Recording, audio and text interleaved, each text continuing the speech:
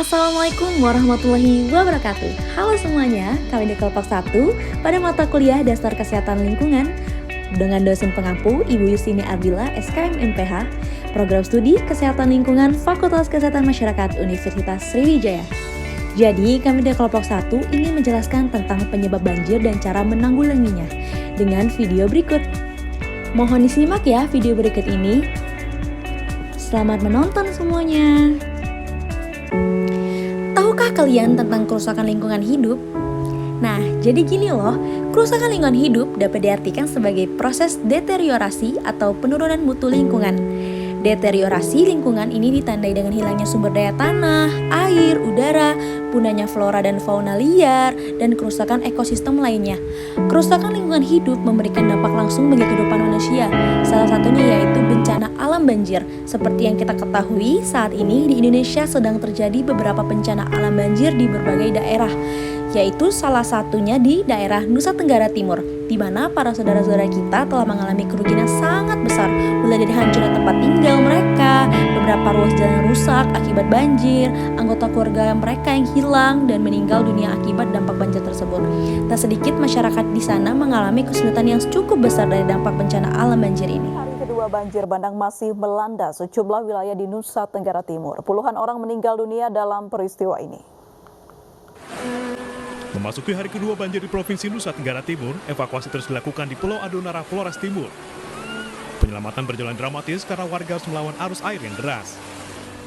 Banjir didefinisikan sebagai tergenangnya suatu tempat akibat meluapnya air yang melebihi kapasitas pembuangan air di suatu wilayah dan menimbulkan kerugian fisik, sosial, dan ekonomi. Faktor penyebab terjadinya banjir dapat diklasifikasikan menjadi dua kategori, yaitu banjir alami dan banjir akibat tindakan manusia.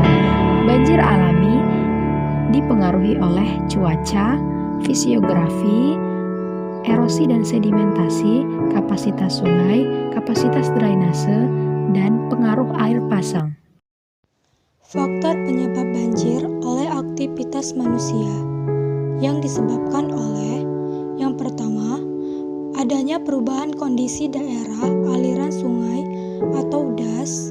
Yang kedua, adanya kawasan pemukiman di sekitar bantaran. Yang ketiga, rusaknya drainase lahan. Yang keempat, kerusakan bangunan pengendali banjir. Yang kelima, rusaknya hutan. Yang keenam, perencanaan sistem pengendali banjir yang tidak tepat. Selanjutnya, ada beberapa cara untuk mengatasi supaya tidak terjadi bencana banjir. Yang pertama, membuat fungsi sungai dan selokan supaya dapat bekerja dengan baik. Karena sungai dan selokan adalah tempat aliran air, sehingga jangan sampai tercemari dengan sampah atau menjadi tempat pembuangan sampah, sebab itu dapat menyebabkan sungai dan selokan menjadi tersumbat. Yang kedua, melakukan reboisasi tanaman, khususnya jenis tanaman dan pepohonan yang dapat menyerap air dengan cepat. 3. Memperbanyak dan menyediakan lahan terbuka untuk membuat lahan hijau buat penyerapan air.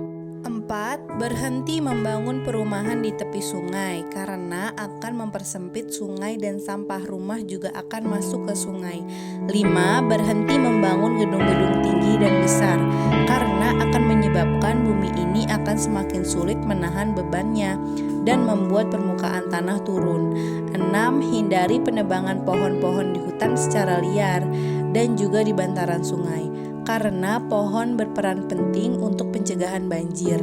Sebenarnya menebang pohon tidak dilarang bila kita akan menanam kembali pohon tersebut dan tidak membiarkan hutan menjadi gundul.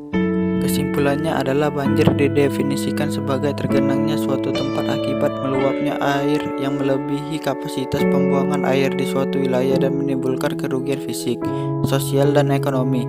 Pengertian kerusakan lingkungan yaitu kerusakan lingkungan hidup adalah perubahan langsung atau tidak langsung terhadap sifat fisik, kimia, dan hayati lingkungan hidup yang melampaui kriteria baku kerusakan lingkungan hidup. Sungai dan selokan adalah tempat aliran air sehingga jangan sampai tercemari dengan sampah atau menjadi tempat pembuangan sampah yang akhirnya menyebabkan sungai dan selokan menjadi tersumbat. Pesan moral untuk kita semua, mari selamatkan bumi kita, jagalah lingkungan sekitar kita, hijaukan kembali untuk masa depan bumi kita, save Earth for Earth. Sampai jumpa, jangan lupa like, comment, and subscribe.